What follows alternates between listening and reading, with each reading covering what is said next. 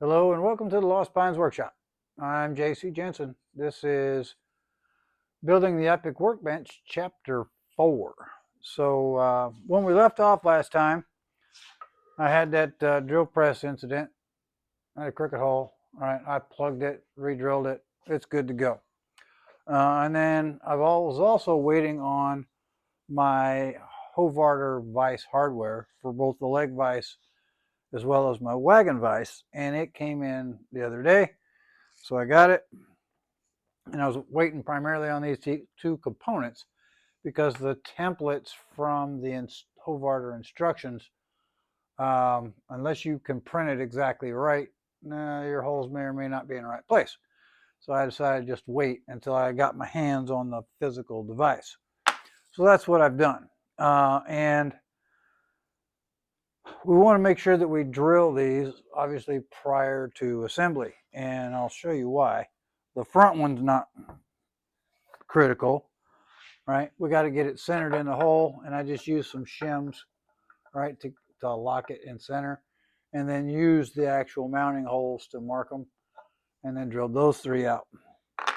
No big deal. But on the back here, right, here's the shaft hole, and with the top rail in, where the top two screws are for the clutch mechanism that goes in here, it's pretty close. It's within, oh, I don't know, half, 3/4 of an inch maybe from the top. So I knew I wasn't going to be able to get my drill in here to drill those top two holes. So again, I wanted to wait till I got my hands on it and could drill those precisely in the right location. Got that accomplished. So we're all set. So all we got to do now, just back in the box, is finish prepping our pieces for glue up, right? I've got all that stuff drilled now. So, and all I'm going to do in prep, because I've taken my time and done everything right the first time, mostly, right? So I'm going to use my Cosmonized Wood River 5.5. I just tuned up the blade, right? It's good to go. And I am going to hand plane each of these surfaces,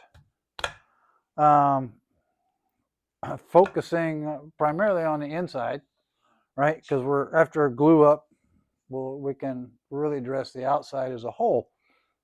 But all of these interior surfaces, I want to make sure I get finished, so that I don't have to worry about trying to sand in the corners. I hate sanding anyway. So if I hand plane everything, get all of the tool marks off, get it nice and sexy, then I won't have any work to do really after the glue up. But so that's where I'm at. Like I said, I'm going to hand plane all of this, and then we're going to glue these suckers up. Okay, so I've done my complete dry fit. Everything goes together really well. I'm happy with that. Got my Titebond 3 ready, my application tools, all my clamps prepped. Everything's ready to go. So I left off, I was hand planing all of this, and I ended up, unfortunately, sanding. There was enough figure in this cherry in a couple of places that rather than taking the extra time to resharpen my blade, blah, blah, blah, and do it, I just went ahead and sanded. So I have finished sanding all sides of this. So it'll just make work down the road a little less. So I'm ready to glue this up. Here we go.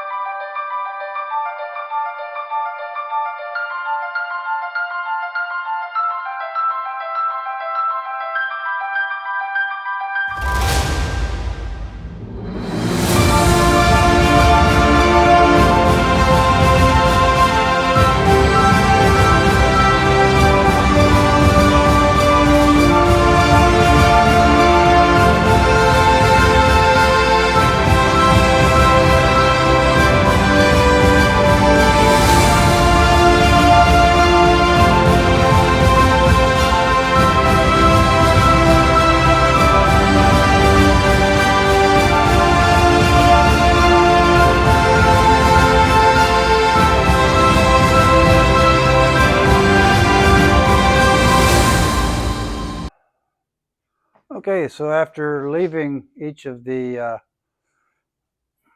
bench legs in clamps, I like to leave them overnight, like at least 8 hours, which is what I did. I took them out of the clamps and then just went ahead and did our pre-assembly. I just couldn't resist. And I'll tell you, this thing is rock solid. It's got some weight to it, just the base itself. And it gave me a good opportunity to see how the shoulders of our runners here were lining up. And I've got just a tiny bit of dress up work to do on the shoulders. So I'll be taking this back apart, cutting all the edges off, all the corners here, all the way around. And then I'll finish up with the front and back rail. And yeah, we're pretty much set. As you can see, I'm using soft maple for the bench top, same as Tom does. I think that was a good choice, and I picked this material up a few days ago, so it kind of needs to relax here for a few more days, and then next time we'll start milling this up and start building the top. So we're on our way. Thanks for watching. We'll see you down the road.